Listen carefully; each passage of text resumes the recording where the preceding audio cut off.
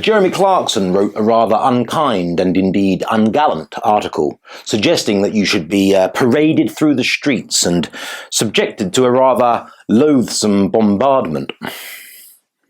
Loathsome bombardment. It's a nice way of putting it. It was literally the sickest thing I've ever read. Well, of course, I couldn't actually read it. It affected her spiritual balance. But I got the gist, okay? Just another example of explicit prejudice against women, But this one was even worse because he was openly and actively calling for violence against women. And the lobbing of the unmentionable. Yes, I believe it was a nod to Game of Thrones and the fate of the evil Cersei Lannister. But I think Cersei was misunderstood. All she really needed was a few months of therapy. That's it. A few months of therapy. A few months of therapy and some drugs. That's it. That's it. Well, if we do a comparison between you and Cersei Lannister, we have, on the one hand, an immoral huckster, sharp in the art of manipulation, yet uninterested in the feelings of others. A vengeful, unforgiving megalomaniac who thinks she's far smarter than she really is. Yeah, okay, and how would you describe Cersei? Well, perhaps more importantly, Jeremy Clarkson, whether or not you agree with his right to say what he said, and whether or not you believe that comedy should be judged on slightly different terms to normal discourse, did apologize. Yeah, I remember he in the paper issued some kind of joint apology or something, but he was never going to get away with it that easily. Yes, so he issued another, direct and personal apology.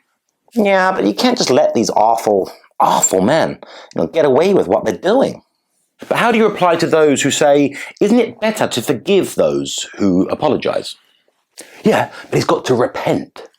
Well, he says he's sorry, and we only have his word to go on as to whether he means it or not, so wouldn't it be best, for at least a moment, to take him for his word and allow reconciliation and peace to prosper?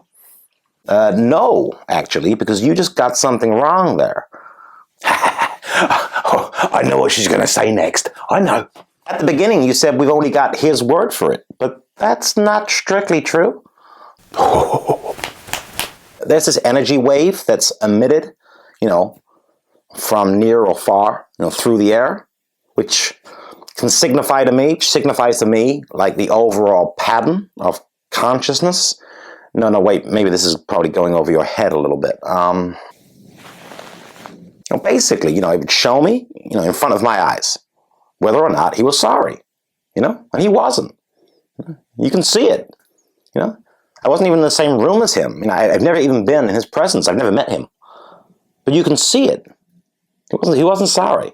You can see it. You could see it. I could see it. She could see it. You couldn't see it. I couldn't see it. No, but she could see it. I can see it. You can see it. She can see it. That's right. I can see it. But I can't. See it. That's it. Now you're getting it. Right, well I can feel us slipping into the quicksand of the Markle paradox here, so instead we'll segue nicely onto Harry dressing up as a Nazi and everyone forgiving him when he apologised. Yeah, but that's because I meant it. Yeah, but Harry meant it, so I was his reward, Jeremy doesn't mean it. So the end of his mainstream TV career is his punishment, And I bet you think, it's just really sad. The whole thing's a sad situation, but I'm going to be honest, I love it. I absolutely love it. Yeah, I know, it feels so good. I just love justice. Yeah, the only thing better than justice is drugs.